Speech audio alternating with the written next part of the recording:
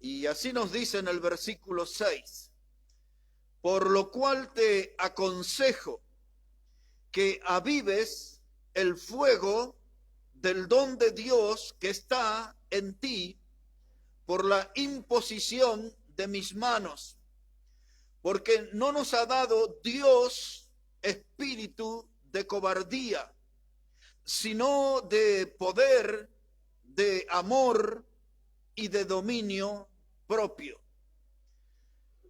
Esta carta, hermanos, fue escrita por el apóstol Pablo desde la prisión en Roma. Esta carta se escribió a días o a horas antes de su muerte, antes de su partida con el Señor. Era el año 64 después de Cristo.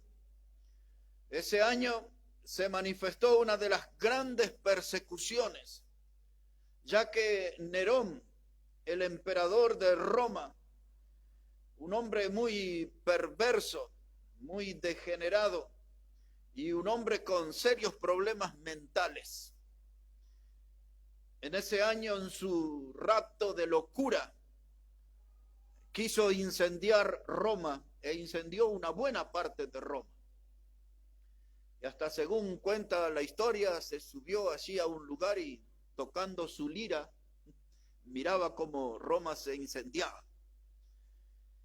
Y el otro paso de locura que dio es que echó la culpa de ese gran incendio a los cristianos. Y se desató esa gran persecución allí, y la cara más visible, más conocida del cristianismo era Pablo. Así que ahora está ahí Pablo en la cárcel de Roma, pero él se confesó como un prisionero de Jesucristo. Él no se sentía un prisionero de Roma, no se sentía un prisionero de Nerón. Yo estoy aquí por la causa de Cristo. Y de hecho en esa última etapa Dios le usó grandemente a Pablo, porque él alcanzó con el mensaje del evangelio a muchos de los servidores cercanos y directos al emperador Nerón. De otra forma, él nunca hubiese podido llegar con el evangelio a esa gente. Pablo ya sabía que era el final de su carrera cristiana. Y entonces él escribe esta segunda carta a su hijo Timoteo. Era su hijo espiritual. Y como todo padre quiere dejar ese legado y quiere dejar lo mejor para sus hijos, para que sigan en el camino. Y esta segunda carta a Timoteo consiste en eso, en recordarle a Timoteo el camino que debe recorrer, a instarlo a que tenga siempre una memoria lúcida, clara, de lo que debe hacer un cristiano. Y él va a volcar aquí en esta carta una cantidad de principios, y yo voy a tomar unos cuantos en esta mañana, que nos van a servir para hablar de nuestro tema, cuidando el fuego de Dios. Cuidando el fuego de Dios. Todas las cosas tienen un principio.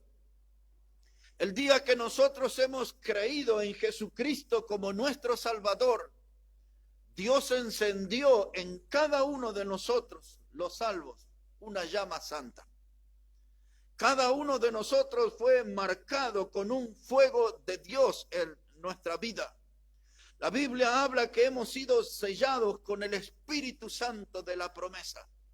Y el fuego de Dios se encendió en nuestra vida. Ese fuego nos ha servido como un combustible, nos ha servido como una fuerza que nos da potencia para servir a nuestro Salvador. Pero el problema que nosotros encontramos en el camino es que tenemos descuidos en nuestra vida. Y ese fuego va perdiendo su poder, va perdiendo su potencia, y en algunos casi que llega a apagarse. El fuego de Dios es algo importante. La presencia del fuego de Dios en nuestra vida habla de nuestro estilo de vida. Déjeme decir eso otra vez. La presencia del fuego de Dios en nuestra vida habla de nuestro estilo de vida. Si yo tengo un fuego bien cuidado, si yo tengo un fuego radiante, poderoso, voy a tener una vida activa de mucha acción, de mucho movimiento. Pero si mi fuego se empieza a deteriorar, se empieza a apagar, no voy a tener energía, no voy a tener frutos en mi vida cristiana, no voy a tener victoria en mi vida cristiana. Por eso, hermano, el fuego define el estilo de vida que tenemos. Y el mensaje de esta mañana se trata de eso, de cuidar el fuego de Dios. Cada uno de nosotros debe hacerlo. Y a la luz de este comentario, es que usamos este versículo 6 otra vez. Dice Pablo, por lo cual te aconsejo que avives el fuego del don de Dios que está en ti. Ese es nuestro trabajo, hermano. Esa es nuestra misión. Avivar el fuego de Dios que está en nosotros. Algunos que fracasan en su vida cristiana, algunos que andan desalentados, desanimados en su vida cristiana, porque no se ocupan del fuego, entonces buscan culpable. Es que la iglesia no es muy santa, es que las prédicas no son muy buenas, es que los hermanos no son tan amables, es que la iglesia me queda lejos. Buscamos excusas. Son las excusas de una vida de un fuego apagado, de un fuego que se va extinguiendo, de un fuego que fue descuidado. Y el Señor dice, aviva el fuego, ocúpate tú de tu fuego, que tu fuego esté bien alimentado, que tu fuego esté con una llama poderosa, radiante, luminosa. Dice Pablo, yo te aconsejo que avives el fuego del don de Dios que está en ti. Y ahora quiero que note esto. Esas palabras están dadas a modo de orden, a modo de mandamiento. En otras palabras, Pablo no le está diciendo, ¿por qué no piensas un poquito acerca del fuego?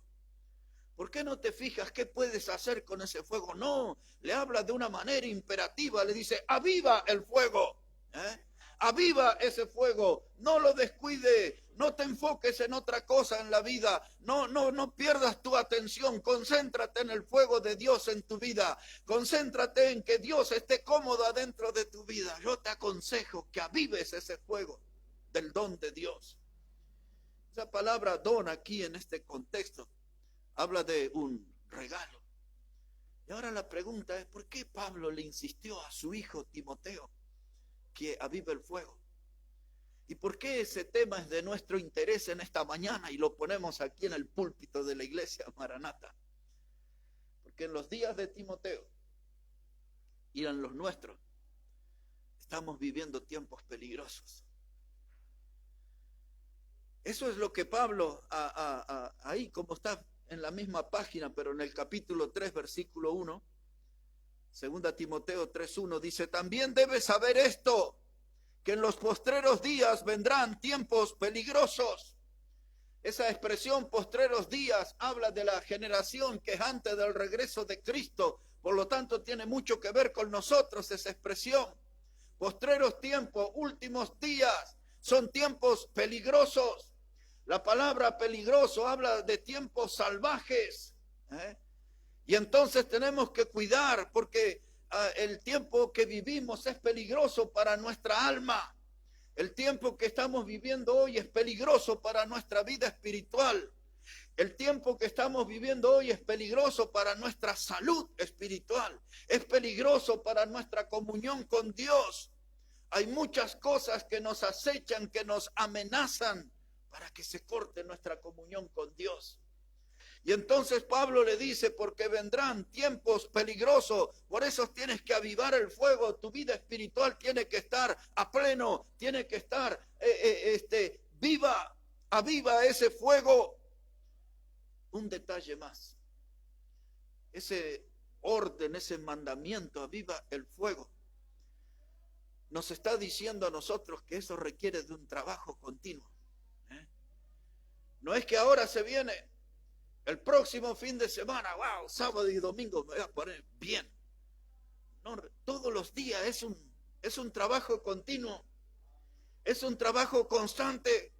Debo velar por el fuego de Dios en mi vida cada día, porque el descuido es fatal. Si yo no avivo ese fuego, vivo la otra parte, es el enfriamiento. Me apago. Y entonces en vez de ser una antorcha de Cristo que ilumina nuestra generación, me vuelvo una antorcha apagada que no produce luz, que no doy testimonio de presencia. Aviva el fuego, cuídalo, porque el descuido puede ser fatal. Y mientras avivamos el fuego, mantenemos el rumbo a nuestra vida cristiana. Porque el fuego nos va marcando el camino a seguir. Sin fuego hay oscuridad.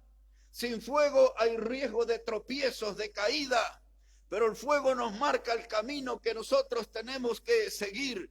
El fuego, hermano, es importante porque nos indica la dirección que estamos yendo. No perdamos el foco. En nuestra vida cristiana tenemos que vivir con los ojos puestos en Jesús, el autor y consumador de nuestra fe. Nos distraemos mirando el dólar, el precio de las cosas que aumenta salvajemente. Nos distraemos con las actividades políticas. Nos distraemos con un montón de noticias. Pero yo tengo que estar siempre enfocado en el camino, en Cristo. Tengo que tener mi fuego avivado. Tengo que dar pasos firmes en esta vida. Y entonces Pablo le está hablando a Timoteo y a nosotros también. Y dice, hijo, toma la obra de Dios como un privilegio, no como una carga. Esa es la enseñanza que le está dando. Toma la obra de Dios como un gran privilegio de ser parte de ella. No lo tomes como una carga. No tomes la obra de Dios como un estorbo. La obra de Dios es un placer, es un deleite para nuestra alma. Dios, hermano, nos ha salvado y ahora Dios nos pone frente a la oportunidad de ser protagonistas en su obra. ¡Qué privilegio ese! Pero qué gran privilegio nos ha dado el Señor. La obra de Dios, hermano, no es una molestia para mí. La obra de Dios es una gran bendición. Todos esos principios, eso es lo que Pablo le está transmitiendo a Timoteo. Y en estos 2 versículos que leímos hay 3 cosas que él le enseña. Y son cosas que él está hablando como un padre habla con su hijo. Y la primera de esas 3 cosas, él le dice que Dios no nos ha dado un espíritu de cobardía, sino de poder. Y esa es la palabra que él pone énfasis, la palabra poder. La cobardía es algo que nos hace retroceder. La cobardía habla de falta de coraje, habla de ausencia de valentía. Una persona cobarde es una persona que va a vivir estancada porque nunca arriesga. Está lleno de temores. Y Pablo le dice a Timoteo como hijo, dice, Dios no nos dio un espíritu de cobardía. Me da la impresión como que Pablo le ponía el dedo índice así y le dice, recuerda esto, Dios no te dio un espíritu de cobardía, sino de poder. De poder. Dios nos ha dado un espíritu de poder y esa palabra poder, usted ya la estudió conmigo, es la palabra dunamis o dinamis, la palabra dinamita. El poder de Dios es algo explosivo. Y si el poder de Dios es explosivo, ¿por qué tenemos vidas tan apagadas? O espíritu de cobardía o espíritu de poder. ¿En cuál de esos 2 estamos hoy, en esta mañana? Se nota el poder de Dios, el explosivo de Dios. Estamos, wow, llenos de entusiasmo por servir al Señor. Porque cuando el poder de Dios está en mí, vamos a lograr hacer cosas que jamás hemos imaginado. Dice Pablo, hijo, que eso te quede claro. La palabra poder. Dice, Dios no nos ha dado espíritu de cobardía, sino de poder. Y la palabra que sigue dice, de amor. Y ahora Pablo va a poner énfasis en esa palabra, en la palabra amor, refiriéndose a la palabra griega ágape, que eso es poder amar como Dios ama. Y él está poniendo en esa carga en Timoteo y en nosotros que tenemos que tener la capacidad de amar como Dios ama. Y ese clase de amor, solamente deme la atención, yo le voy a leer para usted. Dice la Escritura, pero yo os digo, amad a vuestros enemigos, bendecid a los que os maldicen, haced bien a los que os aborrecen y orad por los que os ultrajan y os persiguen. Eso dijo el Señor Jesús, el Mateo 5, verso 44. Ese es el texto que les leí. Mateo 5, 44, otra vez dice el Señor, amad a vuestros enemigos. Cuando alguien no tiene el fuego de Dios, cuando alguien no tiene la presencia de Dios, no ama al enemigo, lo aborrece, busca una oportunidad de venganza, busca una oportunidad de hacerle daño o de destruirlo. Pero nosotros que tenemos a Cristo en nuestro corazón, tenemos que tener esa capacidad de amar al enemigo. Y lo dice el Señor, pero ¿qué clase de enemigo era este? Dices, aquellos que te maldicen. Aquellos que maldicen nuestra vida, aquellos que nos desean lo peor, dice el Señor, a esos bendecidlos. Qué locura pareciera, ¿no? ¿Qué es la diferencia? Es que el amor de Dios está en nosotros. Y aquel que me maltrata, que me maldice, yo puedo bendecir su vida, pedir bendición de Dios para su vida. Eso rompe todos los esquemas humanos. La gente dice, ¿y estos cristianos qué le pasa? La gente los odia, los maldice y ellos los bendicen. La segunda cosa que dice Jesús, dice que el enemigo, aquellos que nos aborrecen, dice, ore por ellos. Se enteró de alguien que le aborrece, que lo odia, que alguien que no lo puede ni ver ni en figurita, dice el Señor, dedíquese un tiempo a orar por ellos. Ore por sus vidas, para que Dios traiga sus favores a esa vida, para que Dios traiga bendiciones a esa vida. Y aquellos que os persiguen, que os ultrajan, por ellos también tenemos que orar, dice la Biblia. Esto rompe todo molde humano, porque eso lo es posible cuando el amor de Dios está en nosotros. Y Pablo le dice a Timoteo, recuerda, Dios te ha dado poder y Dios te ha dado amor. Y la tercera palabra que usa ahí en ese versículo 7, dice, y dominio propio. Dios nos ha dado a sus hijos dominio propio. Entre otras cosas, esa expresión dominio propio significa mantener en alto nuestras motivaciones. Mi motivación de seguir a Cristo, mi motivación de servir a Cristo, mi motivación para ser un buen cristiano, mi motivación para ser santo, mi motivación por ser fiel. Dice, tienes que tener dominio propio, conserva en alto tus motivaciones, que tu cabeza no sea un enredo, que tu cabeza no esté en una crisis mental. Ten las cosas claras por delante, ten dominio propio, no te desbordes, no tengas reacciones violentas. Como se leyó recién en la palabra ahí en Pedro, que es una cita de Salmo esa que dio Pedro. Busca la paz y síguela. No sea una persona ahí al borde de una crisis de nervio todos los días. Tenga dominio propio, no sea agresivo, no sea una persona violenta. No enrede sus pensamientos en los asuntos de la vida. 3 cosas le dice Pablo. Recuerda el poder, el amor y el dominio propio. Muy lindos consejos de un padre para un hijo. Y nosotros como hijos de Dios tenemos que tomar esa lección. Y ahora usted va a decir, pero el mundo me va a maltratar. Pero observe lo que dice el versículo 8. Segunda de Timoteo 1, verso 8. Sigue Pablo aconsejándole a Timoteo y le dice en el verso 8, dice, por tanto no te avergüences de dar testimonio de nuestro Señor, ni de mí preso suyo, sino participa de las aflicciones por el Evangelio según el poder de Dios. No te avergüences, porque cuando tú muestras dominio propio, alguien va a decir, pero ¿cómo podés hacer así? Andá y lastimalo, andá y hacele daño. No te quedes quieto. La Biblia dice que nosotros no debemos responder al mal con más mal. Dice, ten dominio propio, mantén una conducta cristiana. Y ahora aquellos te odian y tú los amas. No te logro entender, dice la gente. Es que Dios nos manda amar.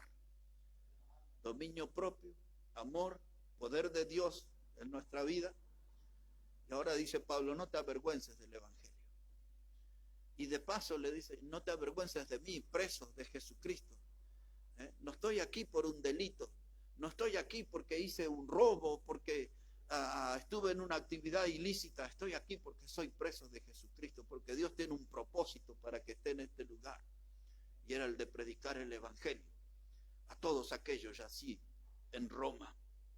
¿Sabe qué, hermano? Dice Pablo, no te avergüences de Jesucristo, porque muchos te van a dar la espalda. Muchos inventarán historias acerca de ti. La gente inventa muchas historias. La gente desparrama muchas mentiras acerca de los cristianos. La gente promueve difamaciones contra nosotros. Y esas mentiras que se riegan por aquí y por allá, algo siempre queda. La gente empieza a tener dudas de nuestra conducta cristiana, de nuestra fe, de nuestra creencia en el Señor. Pero Pablo dice, a pesar de lo que los que están guiados por el enemigo digan, tú no te avergüences de Jesucristo. Identifícate como cristiano. Identifícate. Demuestra en todo lugar que eres un hijo de Dios. Él le pide aquí 3 cosas. Y ahora le va a dar 4 órdenes en esta segunda carta. Vamos a leer de toda la carta, pero no se preocupen que nos vamos a ir antes de las 2. Pero ahora le va a dar 4 órdenes. Recuerde, es un padre hablando con su hijo. Él le dijo estas cosas para que cuide el fuego de Dios en su vida. Ahora las 4 órdenes que le da. La primera aquí en este capítulo. Dice ahí la palabra de Dios.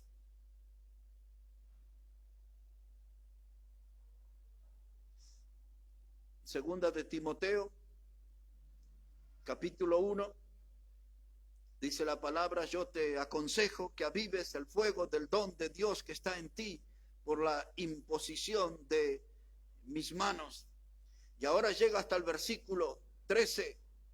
Y ahí le dice, retén la forma de las sanas palabras que de mí oísteis en la fe y amor que es en Cristo Jesús. Y ahora viene la palabra que busco, verso 14. Dice, guarda el buen depósito por el Espíritu Santo que mora en nosotros. Lo que Pablo le está diciendo en la primera orden de las 4 que le voy a mencionar, guarda el evangelio. Guarda el evangelio, protege el evangelio, hijo. Dice, guárdalo, dice, retén las formas de las sanas palabras. Porque aquí ya andaban unos maestros falsos, uno se llamaba Himeneo, el otro se llamaba Hermógenes, el otro se llamaba Fileto, el otro se llamaba Janes y Jambres, el otro Alejandro el Calderero. Todos esos nombres aparecen acá en esta segunda carta.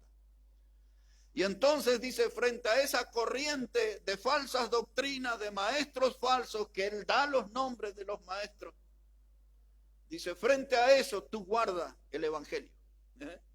La pureza del evangelio, la esencia del evangelio. No cambies el evangelio, predica el evangelio real. Quizás no vas a tener muchos seguidores, pero tú mantente firme en el evangelio, guárdalo, le dice.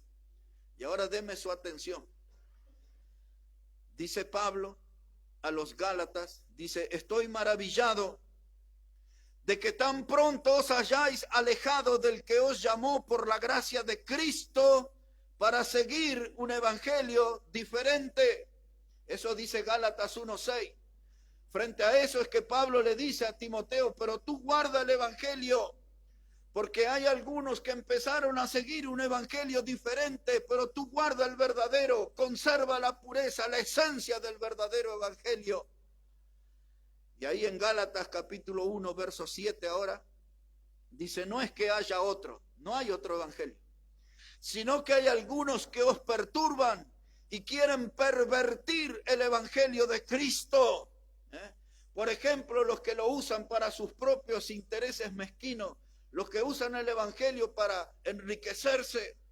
Pablo también le va a recomendar, dice, aquellos que usan la piedad, es decir, el evangelio como fuente de ganancia, dice, apártate de los tales, no tengas nada que ver con esa gente, tú guarda el evangelio.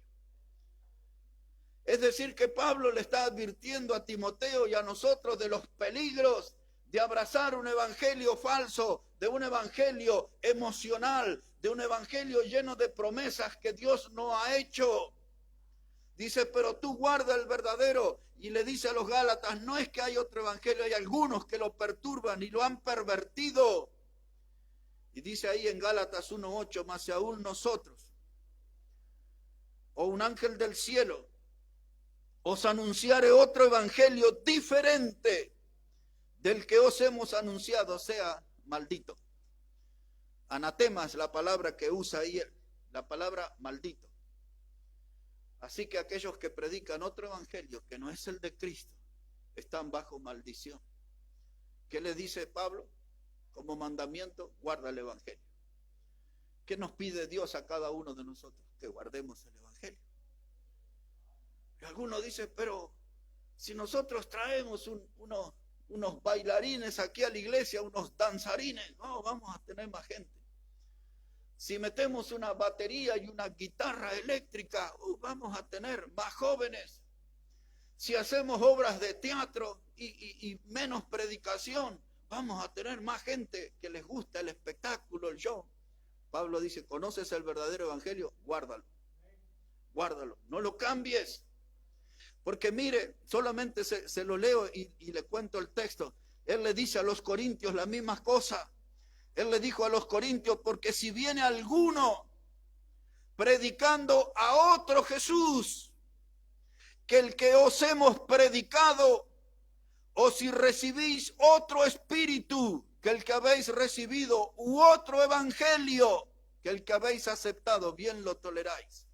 Eso es 2 de Corintios 11:4. Y Pablo le advierte a los corintios ahora de 3 peligros.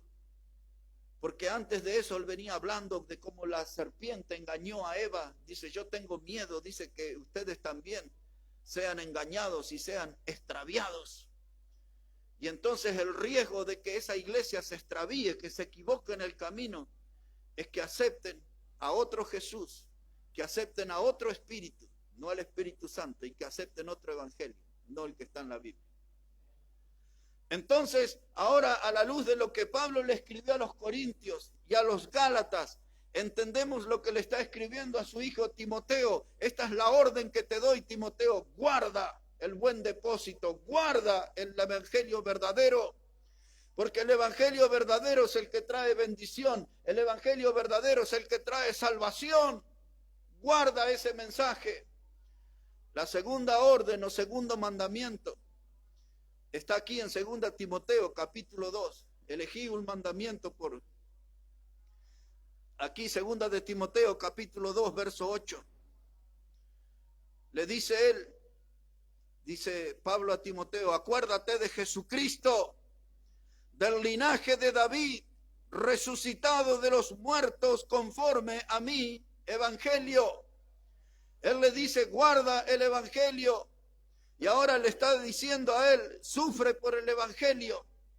Porque él le dice, acuérdate de Jesucristo. ¿De qué cosa? De cómo fue llevado a la cruz, de cómo fue castigado, de cómo fue puesto en ese madero. Dice, acuérdate de Jesucristo. Ten memoria de eso. Dice la palabra de Dios. Él ha resucitado de los muertos conforme a mi evangelio. Es decir, que el evangelio que Pablo predicaba hablaba de un Cristo muerto, de un Cristo que sufrió, pero de un Cristo que resucitó. Ese es el evangelio.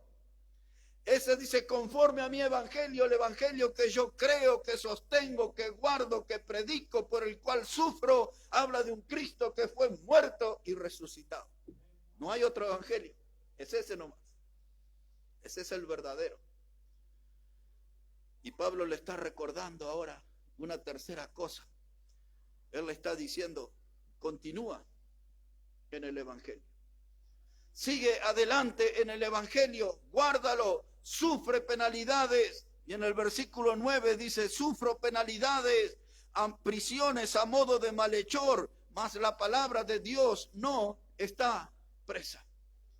Así que no es una palabra muerta, no es una palabra presa, es una palabra viva. Continúa en el Evangelio.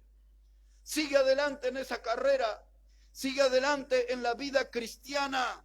Y ahora le da el cuarto mandamiento, la cuarta orden, capítulo 4, versículo 2. Cuarta orden, cuarto mandamiento de un padre a un hijo. Dice que prediques la palabra, que instes a tiempo y fuera de tiempo, redarguye, reprende, exhorta con toda paciencia y doctrina. Y en el versículo 5 le dice, pero tú sé sobrio en todo, soporta las aflicciones, haz obra de evangelista, cumple tu ministerio. 4 cosas, guarda el mensaje del evangelio. Segundo lugar, sufre penalidades por el evangelio. Tercer lugar, continúa adelante con el evangelio. Cuarto lugar, predica siempre el evangelio. Esas órdenes son para nosotros. Otra vez, guardemos el evangelio, el verdadero evangelio. Estemos dispuestos, hermanos, a sufrir por el verdadero evangelio. Tercer lugar, continuemos adelante con el evangelio. No seamos nosotros gente que sigue el evangelio un tiempo y lo abandona. Pablo le está diciendo, ámalo hoy, mañana, siempre. Que el evangelio no sea algo pasajero en nuestra vida, algo temporal. Que el evangelio nos acompañe hasta el mismo día en que lleguemos a la presencia de nuestro Dios. Y le dice, predica siempre el evangelio, a tiempo, fuera de tiempo. No desperdicies oportunidades. Donde se presenta la oportunidad, habla de Cristo con otros. Y ahora, en la parte final, él le va a dar 7 metáforas. Primero, vimos aquellos consejos de poder, de amor y de dominio propio. En segundo lugar, vimos las 4 órdenes sobre el evangelio: guardar el evangelio, sufrir penalidades por el evangelio, continuar hacia adelante con el evangelio, predicar el evangelio. Y ahora de las 7 metáforas que él menciona, yo solamente voy a hablar 4 nada más, porque quiero que vayamos con una idea clara a nuestra casa. Mire las 4 metáforas. Esas son las que comenzó leyendo hermano José. Así que de algún modo Dios lo guió para que leyera eso, que yo también quería hablar de eso hoy. Y mire ahí, capítulo 2, versículo 1, primer metáfora. Dice, tú pues, hijo mío, esfuérzate en la gracia que es en Cristo Jesús. Lo que has oído de mí ante muchos testigos, esto encarga a hombres fieles que sean idóneos para enseñar también a otros. Y esa es la primera metáfora que él usa, la de un maestro. Dice él, hijo mío, enseña a hombres fieles e idóneos. ¿Qué cosa tenía que enseñarle?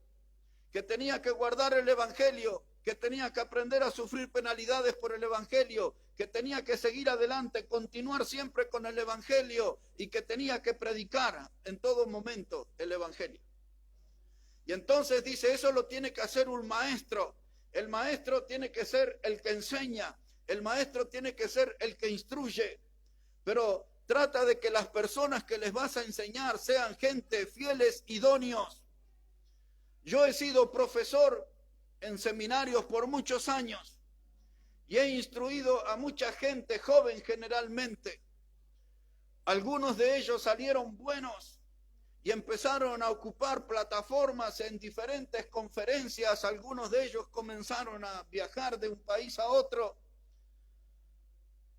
pero no hicieron algo que yo siempre les encomendé a mis estudiantes. A muchos de ellos siguieron adelante por dinero, no por amor a la obra, no por amor a Dios, no por amor a los perdidos. Y cada tanto oigo acerca de algunos de ellos. Siguen predicando la palabra, pero siguen predicando para conseguir algo para sus bolsillos.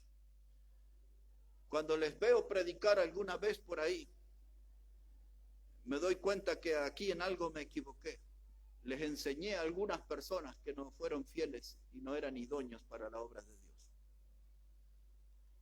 un hombre que por causa de la diabetes ha perdido la vista ya hace unos años.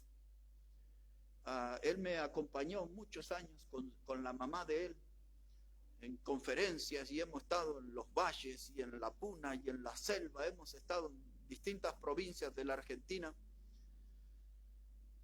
Y un día yo siempre admiré de él cómo tocaba la guitarra y cómo tocaba el órgano.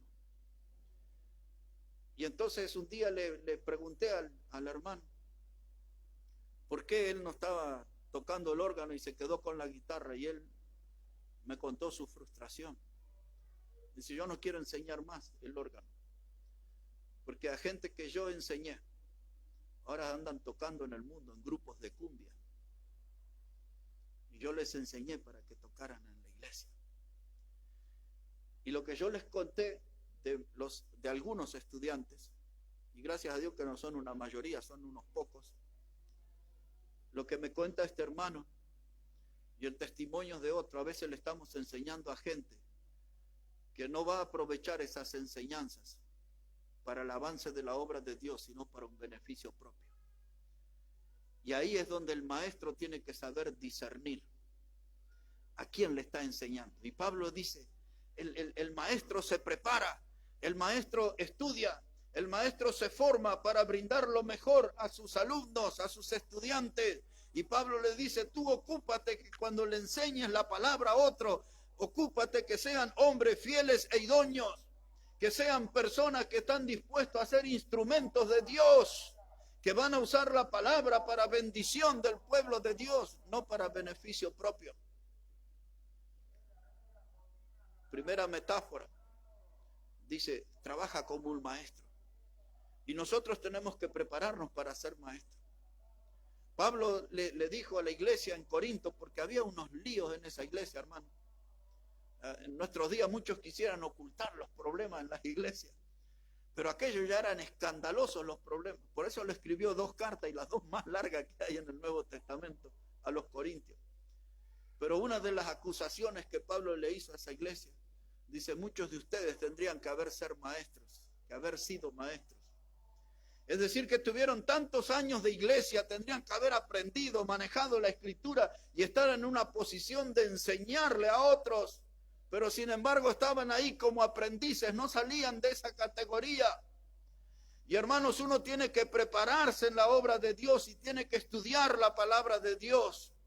Y si usted no tiene el deseo de ser un maestro de la escuela dominical, si usted no tiene el deseo de ser un predicador, de ser un pastor, un diácono, de estar en un lugar de servicio público en la obra, igual tiene que prepararse en la palabra de Dios. Igual tiene que estudiar la palabra de Dios. Tiene que conocer lo profundo de Dios, lo profundo de la palabra. Prepárate como si fueras un maestro, sea que vas a ejercer o no. Prepárate, hermano, como un maestro. El maestro estudia en las madrugadas, se esfuerza, como se dice acá, quema las pestañas. Estudia, tiene que esforzarse mucho para estar al frente de un aula. El Hijo de Dios tiene que prepararse mucho para servir al Salvador. Como maestro, el segundo ejemplo que leyó el hermano, la segunda metáfora es como soldado. Mire lo que dice ahí, verso 3. Segunda de Timoteo 2, verso 3 dice: tú pues sufre penalidades como un buen soldado de Jesucristo. Ninguno que milita se enreda en los negocios de la vida a fin de agradar a aquel que lo tomó por soldado. Y eso Pablo está diciendo a Timoteo y a nosotros. Tomemos conciencia que somos soldados del ejército de Cristo. Aunque tengamos una camperita, un pullover, una camisa, un saquito, tenemos la vestimenta de un soldado celestial. Somos representantes del ejército del cielo aquí en la tierra. Y para llevar adelante ese mensaje de salvación, ese mensaje del evangelio, tenemos que prepararnos a sufrir penalidades como buen soldado de Cristo. Cuando Pablo pone esas palabras, está advirtiendo del ataque que vamos a recibir. La palabra del evangelio no es bien recibida en muchos lugares. Porque lo que bien leyó el hermano Eric en esta mañana en Juan capítulo 3, cuando Jesús dijo en el verso 19, dice que aquellos no quisieron venir a la luz, sino que amaron las tinieblas porque sus obras eran malas. Y cuando usted está hablando del evangelio con alguien, usted está hablando de un mensaje de luz. El mensaje de luz tiene la intención de rescatar al pecador perdido en las tinieblas, pero el pecador quiere seguir en esa actividad pecaminosa. En el viaje de esta mañana, le venía contando al hermano Omar, todavía no logro salir de mis asombros a pesar de la cantidad de años que tengo. Y de la cantidad de gente que conozco de la colectividad boliviana. Y muchos de ellos deportistas, y estoy hablando de hombres y mujeres deportistas. Y ahí cada medianoche de los sábados, cada mañana de los domingos, ahí aparecen todos los bailes y los cantantes y todos con sus celulares en los recitales ahí en vivo, bailando y todo con cervezas y motivándose a tomar y desafiándose a tomar. Y le rinden el culto a su Dios, que es el alcohol. Y entonces le contaba al hermano, ¿qué vamos a entender? ¿Qué es la cultura de Bolivia? El día jueves, hablando con un empresario de la colectividad boliviana, yo le dije, yo no puedo entender, puedo aceptar de que a alguien le guste tomar un trago, pero al punto de perderse. Y empezamos a hablar de las personas que conocemos, de hombres y de mujeres. Y en especial le hablé de una mujer joven, madre de adolescentes. Y le dije, los otros días salí de ese lugar con una tristeza enorme. Porque al retirarme de ese lugar vi a esa mujer rodeada como de 10 hombres y todos le tocaban y todo. Y me dice el empresario, lo que pasa es que es una mujer muy de la amistad, muy amistosa. Pero todos estaban tomados, el espectáculo era triste. Alguna gente, y ese era el tema de esa conversación, ha dejado de saludarme en el último tiempo. Y pasan así al lado mío. Hablando con uno de los periodistas, amigos míos, de Bolivia, me dice, no, dice, lo que pasa es que esa gente, cuando te hablaban siempre todos estaban borrachos y ahora que están bien les da vergüenza y es por eso que no se animan a saludar. Y es posible, puede ser. Pero a veces la gente está perdida, hermano. Y yo publiqué una cantidad de artículos, porque ni siquiera lo terminé al libro que estaba escribiendo sobre el alcohol. Y mucha de esa gente ha leído y quizás se sintió ofendido, no sé qué, pero yo estoy predicando lo que dice la Biblia. Pero hay un mundo, hermano, que no nos va a tratar bien. Y Pablo dice, tú sufres penalidades como un buen soldado de Jesucristo. Si le van a negar el saludo, si le van a retirar la amistad, usted tiene que tener la piel de un soldado de Jesucristo y tiene que aprender a sufrir. A ninguno de nosotros nos gusta experimentar desprecio, pero vamos a sentir ese rechazo de la gente. Y a veces es por nuestra prédica, es por nuestro mensaje de luz, porque ellos aman las tinieblas, porque sus obras son malas, dice el Señor. Entonces lo que ellos más rechazan es nuestro mensaje, y nuestro mensaje es el del Evangelio, nuestro mensaje es el de la palabra de Dios. Y yo, hermano, tengo que sufrir como un buen soldado de Jesucristo. No tengo que renunciar a la misión de predicar. Y ahora Pablo le da otro consejo al soldado. Le dice, no te enredes en los negocios de la vida. Todos nosotros recibimos propuestas cada semana a involucrarnos en alguna actividad que no agrada al Señor. Siempre nos llega una invitación. Vienen de formas amables, vienen de compañeros del trabajo, vienen de familiares.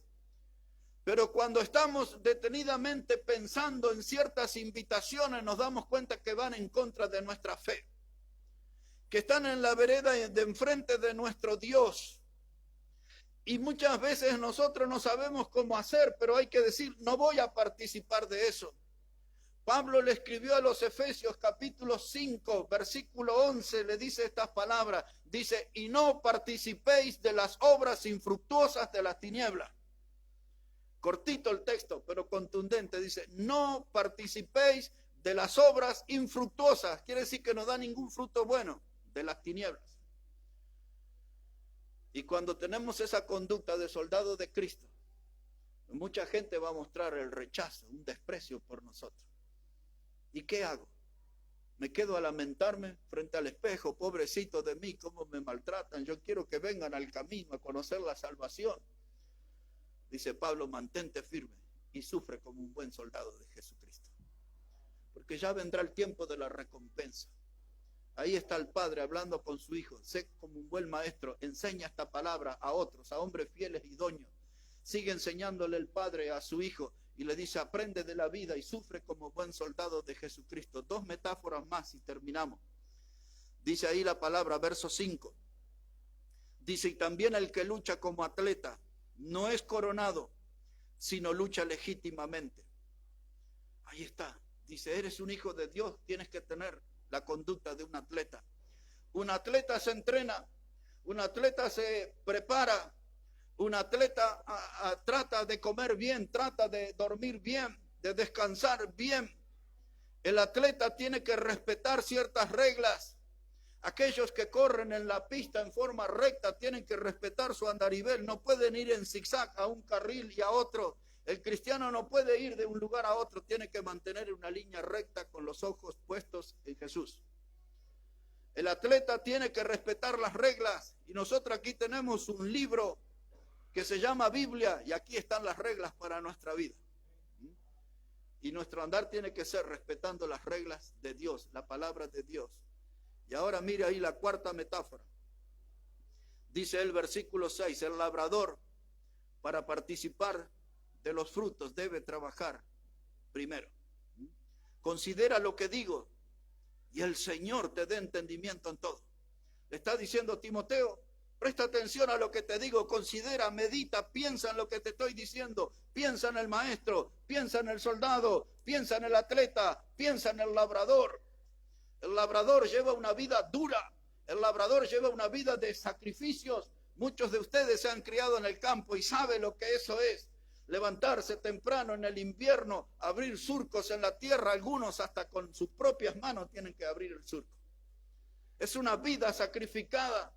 Y luego que se pone la semilla en el suelo, hay que ejercitar la paciencia porque hay que esperar 2 o 3 meses para que aparezcan los zapallitos. La papa, ¿cuánto tiempo hay que esperar?